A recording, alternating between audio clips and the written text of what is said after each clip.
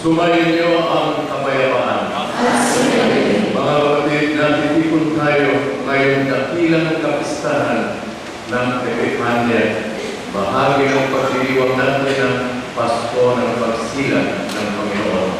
At gayon din, bilang sambayanan sa lugar na ito, nagpupuli tayo at papasalamat sa isang daang taon ng pagiging isang sambayanan ni Jesus na sa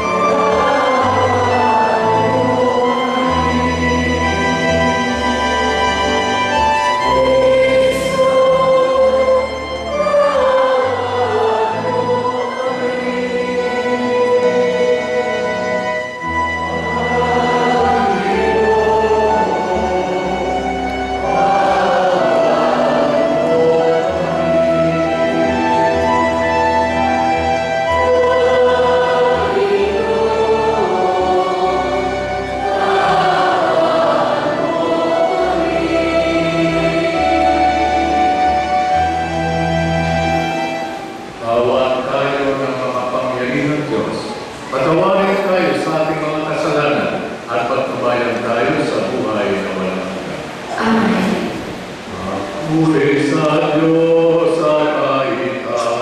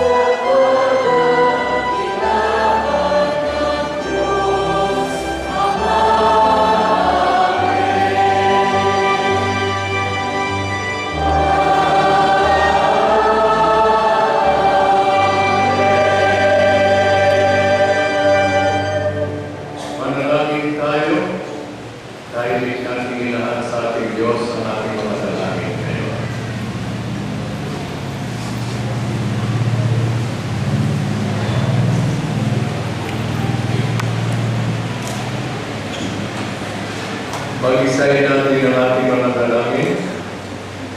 Ama namin makapangyarihan, ipinahayag mo ang iyong anak sa mga bansa, pinagtubayan at maliwanag. Kami mga sumamba na may pananampalataya, ay loobin mo may taguyod hanggang makahanap sa iyong kadakilaan sa kalangitan. Sa pamamagitan ni Jesucristo, kasama ng Espiritu Santo, magpasawalang hanggan.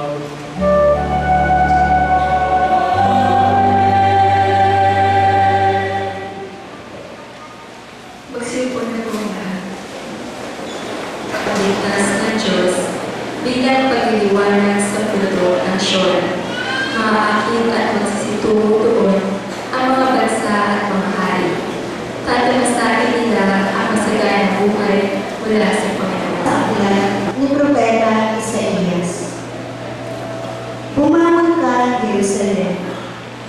liwanag na tulad ng araw.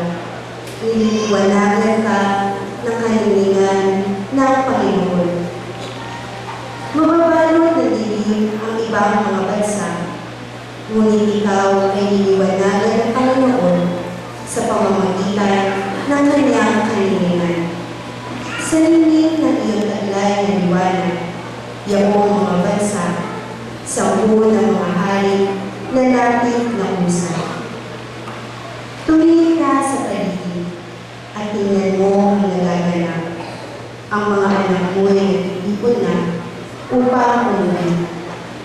Ang mga lalaki magmumula sa malayo.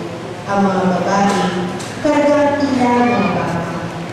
Ang tanaw ito kung iyong mamamalas, ikaw ay sisigla.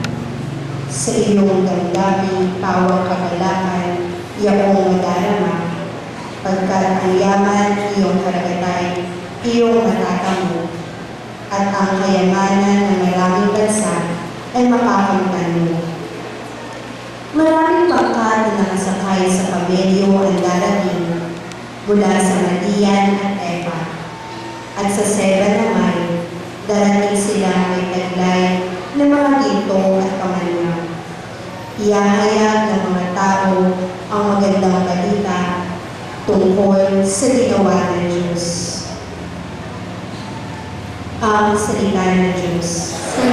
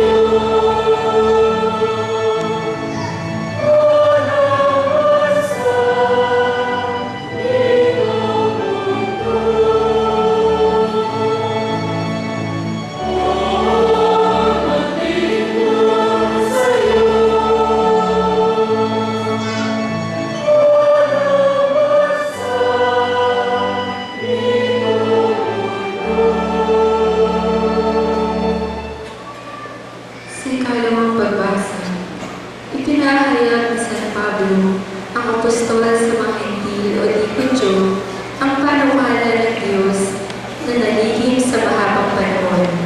Hagalian na ang mga Hintil ay makibahagi rin sa mga pagpapala ng Diyos.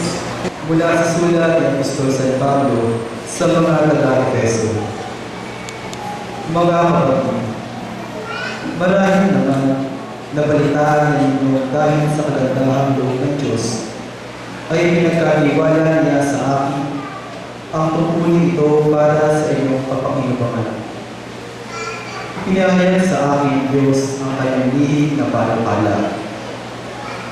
Ang hiwagang ito ay hindi pinaalam sa mga tao noong mga nakaraang panahon.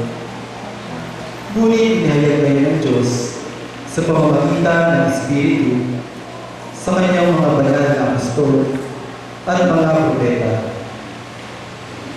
At ito ang lihim.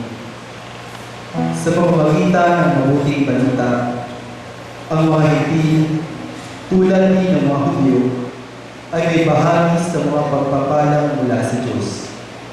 Mga bahagi rin sila ng isang katawan at kahagi sa pangako ng Diyos dahil kay Kristo Jesus.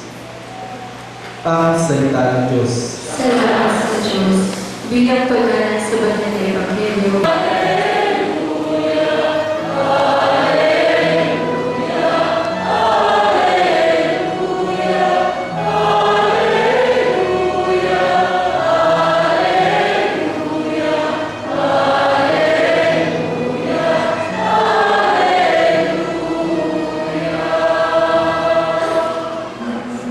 Ang talay aming makita, kaya't kami nagsipunta upang sabuon sa mga.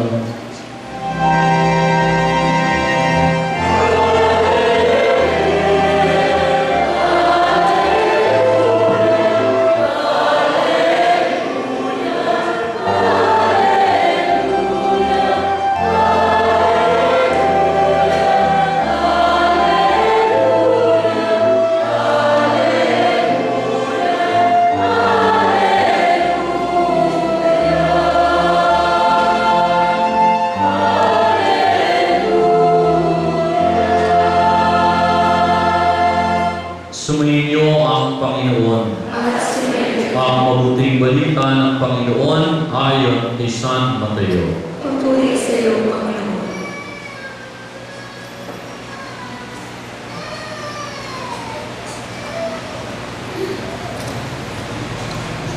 Si Jesus ay pinanganak sa Bethlehem ng Judea noong kapanahunan ni Haring Herodes. Dumating naman sa Jerusalem ang ilang pagtas mula sa silangan at nagtanong-tanong doon. Nasaan ang pinanganak na hari ng mga Hudyo? Nakita namin sa silangan ang kanyang talak na parito kami upang sambahin siya. Nang babalitaan ito ni Haring Herodes, sinaligalig, gayon din ang buong Jerusalem. Kaya tinipon niya ang lahat ng punong saserdote, mga eskriba sa Israel, at tinanong sa kanila kung saan ipinanganak ang Mesiyas. Sa Bethlehem po ng Judea, tugon nila. Ganito ang sinulat ng propeta. At ikaw, Bethlehem, sa lupain ng Huda, ay hindi nga huli sa mga pangunahing bayan ng Huda, sapagkat sa iyo lilitaw ang isang pinuno na mamamahala sa aking bayang Israel. Nang babati dito, lihim na ipinatawag ni Herodes sa mga pantas at tinanong kung kailan lumitaw ang talak, at pinalakad niya sila patungong Bethlehem matapos pagbilinan ng ganito. Humayo kayo at inyong hanapin mabuti ang sanggol. Kapag inyong natagpuan, balita agad mo sa akin upang may makasamba sa kanya. At lumakad na nga ang mga pantas. Muli silang pinamanahan ang talang nakita nila sa silangan hanggang sumapit ito sa tapat na pinarorohan ng bata. Gayon na lamang ang galak ng mga pantas nang makita ang talang. Pagpasok sa bahay, nakita nila ang bata sa piling ng kanyang inang si Maria. Lumapit sila, nagpatira pa at sinamba ang bata. Binuksan nila ang mga sidlan at binihintog sa kanya ang dala nilang binto, kamanyang at mira. Nang sila'y pabalik na, sinabi sa kanila ng Diyos sa pamamagitan ng panaginip na huwag na silang babalik kay Herodes, kaya nag-iba na sila ng daan pauwi. Ang mabuting balita ng Panginoon. Pinupuri ka namin, Panginoong Kristo. Manatili na kayo ang lahat.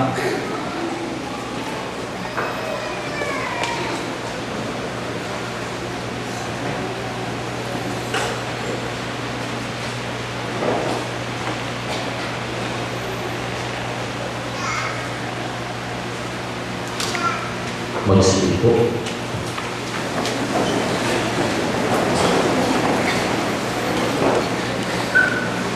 Ang naman ng Father Neng at Father Na, mga minamahal na kapatid sa ating Panginoong Kristo. Natitipon tayo ngayon bilang isang sambayanan na binuo na Jesus, ang anak ng Diyos na naging tao, para sa isang nakatanging pagdiriwang. Dito sa ating sambayanan, hindi lamang natin ipinagdiriwang ngayon ang dakilang kapistahan ng Epifanya.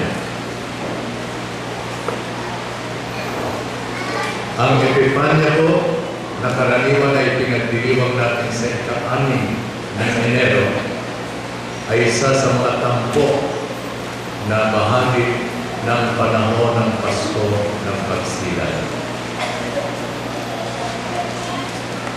Sa kapistahan ito ay ating ipinapahayag na si Jesus ay ang isinubong tagapagligtas, hindi lamang ng mga Israelita, kundi ng buong sangkatauhan. Epifanya, ibig sabihin ko, pagpapakita o pagpapahayag. Noon, meron isang maringal na seremonyas na ginaganap sa imperyo ng Roma. Pag ang isang tao ay nahirang na maging emperador, halimbawa yung anak ng isang emperador, ang siyang hahalili sa kanyang ama, meron isang seremonyas kung saan ipinakikita at ipinahayag sa lahat na ito ang magiging hari, ang magiging emperador. Yan po ang Epifanya. Kaya ngayon ay pinagdiriwang natin na ipinahayag at ipinakita si Jesus na isinilang bilang tao na siya nating tagapagligtas, na siya maghahari sa atin. At isa sa mga kaugnay ng katotohanan ito ay ang isang panamuting pamasko na ating pinag-isa. Marami po tayong mga palamuti na ginagamit sa panahon ng Pasko ng Pagsilan. At isa po rito ay ang parol. Ang mga parol. Ang mga tala. Ang mga palamuti ito ay dapat na pumupukaw sa ating puso, sa ating pamayanan ng kahulugan ng ating pinagdiriwang. Pag nakikita po natin ang isang parol sa panahon ng Kapaskuhan, ano po ang ipinapaalala sa atin ito? Ano ang pinupukaw nito sa ating puso? Kung nakinig po tayo sa ating mga pagbasa ngayon, ang tala ay meron po dalawang kahulugan.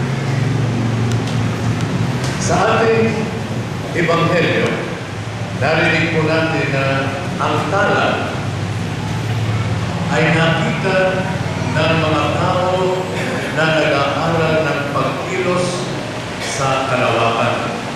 Meron po mga tao na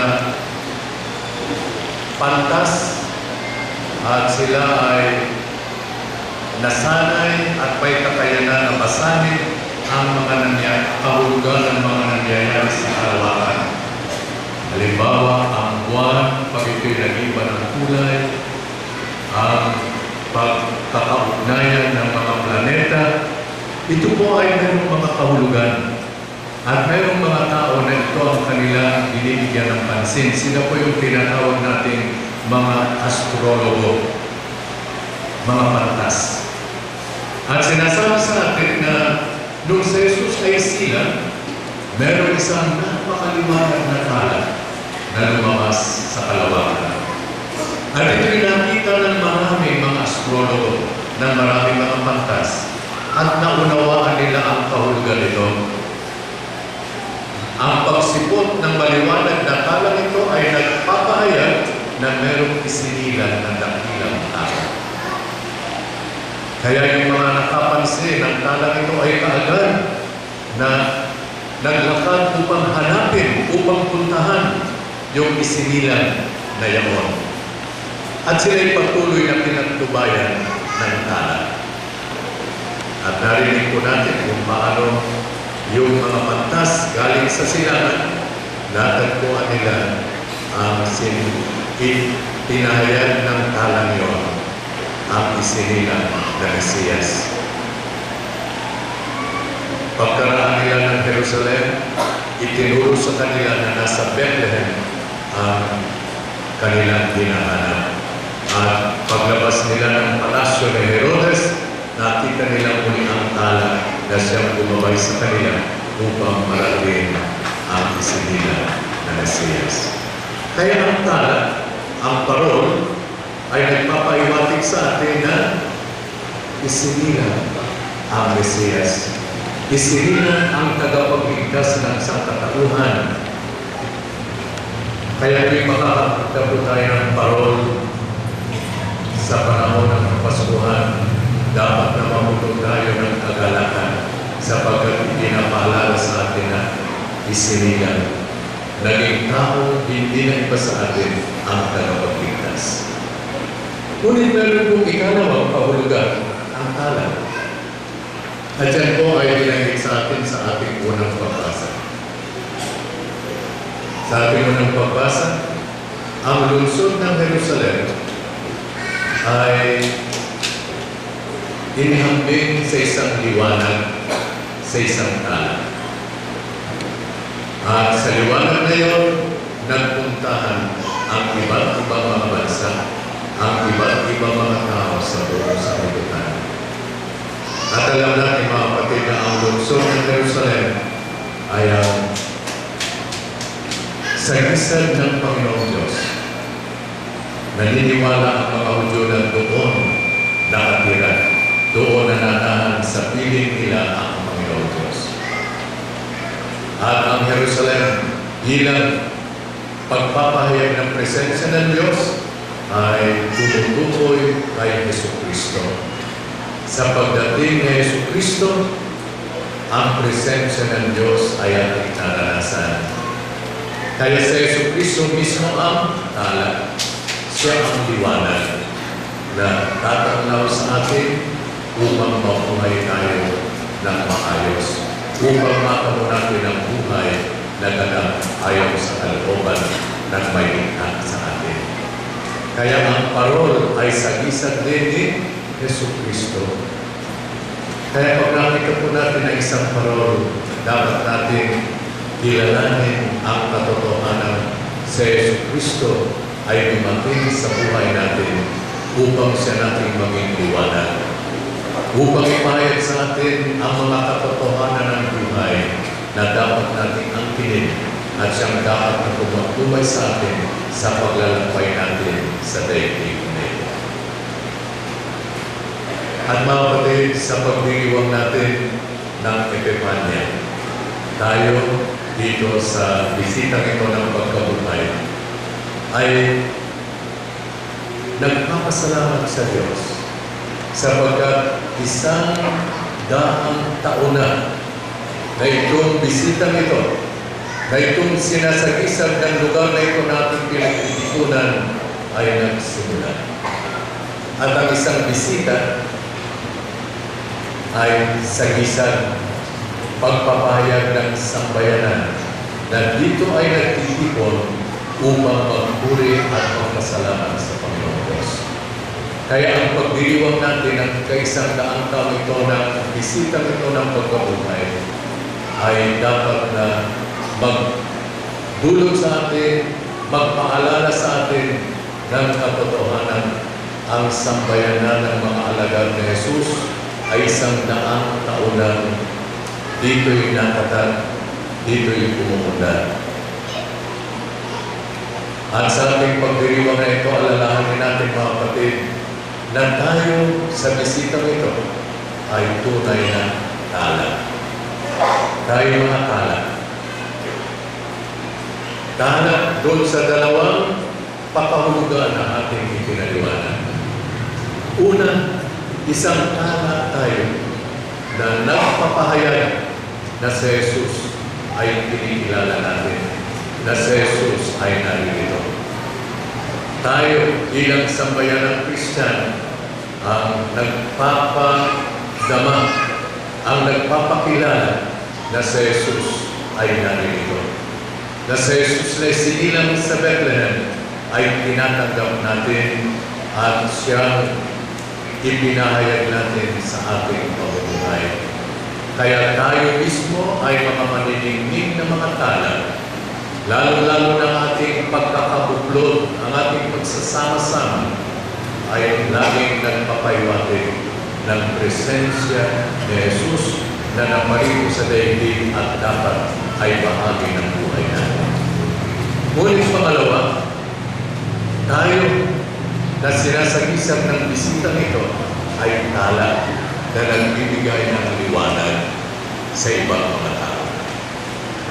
Kung paano si Jesus ay liwanag ng daigdig, hindi ba sinabi din sa atin Jesus, kayo ang liwanag ng sanlibutan? Sa pamamagitan ng ating pamumuhay, ipinapahayag din natin ang mga dakilang katotohanan na nais ng Diyos na akuin ng bawat isang tao upang mabuhay tayo ng ayon sa kalooban ng nagbibigay sa atin ng buhay. Kaya mga kapatid, 100 taon na ang tala ng pananampalataya ay sumilay